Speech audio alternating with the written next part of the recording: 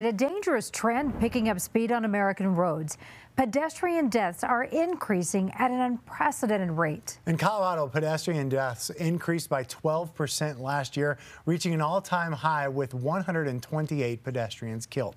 Across the metro area, in just the last 3 days, there have been 5 auto-pedestrian crashes, taking the lives of 3 people and injuring 2 others.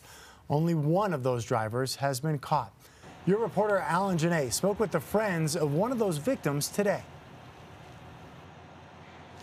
Well, Lakewood police tonight, Michael, are still looking for the driver and the car involved in the hitting and killing of a pedestrian at 23rd and Kipling on Friday evening about 7:30. Then the driver took off. Killed was a young man who had already barely survived another crash in his life. It's one that left him with a traumatic brain injury. But he found a new life in fencing, along with other people with challenges.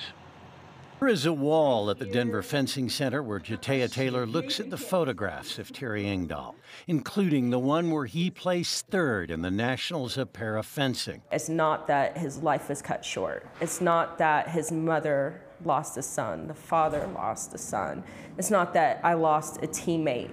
He was snatched away by someone who couldn't even stop to hold his hand while he sat there. It's the fact that they're not brave enough come forward and admit what they did. Videos show Terry fencing. He and Jatea were both survivors. He from a motorcycle accident, she in a training accident in the Marine Corps that led to the loss of her leg. It brings out the best, your competitive nature, your sportsmanship, and especially in Terry, it brought that out. When Terry first started fencing, he found himself, remembers program director Chris Sotoff. We had to tape it on, and he was just so excited. He just wanted to keep going and keep going and keep going. Terry's brain injury often meant one-word answers. Full sentences were going on inside the brain, but the words didn't come out. He walked, but his right side was damaged. But he's not somebody who's capable of running out of the way of an oncoming car. No. The room where the parafencers compete sat quiet this night, while others practiced next door. Out there somewhere is someone who hit and killed their friend, who always smiled. I would hope that they might realize the error and turn themselves in, but running doesn't mean they're going to get away from what happened. The wheelchair he used for competition sat alone, and that is hard to take.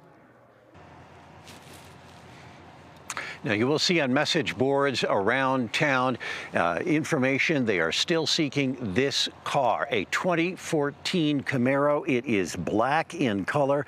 It had some damage on the front side, the front end. Potentially the driver's headlight is out. The license plate, DWB P87. Police say there is nothing yet indicating that that car was stolen. But they say they have yet to find the car and the driver, yet to make an arrest. In Lakewood, I'm Alan Janae, covering Colorado First. Yeah, here's hoping that changes. Such a senseless loss. Alan, thank you.